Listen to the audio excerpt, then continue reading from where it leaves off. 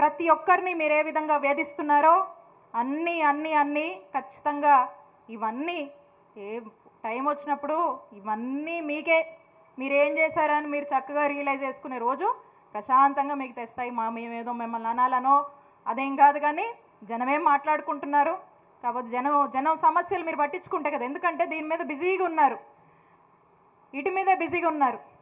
ఇల్లంట సుపరిపాలన అంటది. నేను చెప్తా ఉన్నా, ఈ కూటమి ప్రభుత్వం వచ్చాక చూస్తూ ఉన్నాము. ఈ కూటమి ప్రభుత్వం వచ్చాక దీన్ని సుపరిపాలన అనరు, దీన్ని సుపారీ పాలన అంటారు. రెడ్ బుక్ పాలన. ఎవడి మీద కేసు పెట్టాలంటే కేసు పెట్టాలి, ఎత్తుకు రావాలంటే ఎత్తుకు రావాలి, లోన్ వేయాలంటే స్టేషన్ లోపల వేయాలి, కొట్టాలి, జైళ్ళకు పంపించాలి, అరెస్టులు చేయాలి, అక్రమ కేసులు పెట్టాలి. ఇదంట సుపరిపాలన ఇల్లది. తెలుసులే జనానికి, మీరు సుపరిపాలన చెప్పినా చెప్పకపోయినా జనం చెప్తారులేండి. జనానికి ఒక స్పష్టత ఉంది కాబట్టి చెప్తా ఉన్నా. ఈ విషయాలు ఇంకా చెప్పే కన్నా ఇంకా చాలా ఉన్నాయి, విత్ ఎవిడెన్స్ మాట్లాడుకోవచ్చు. ఆఖరికి ఎంతవరకు వచ్చిందంటే ఎడ్లపాడులో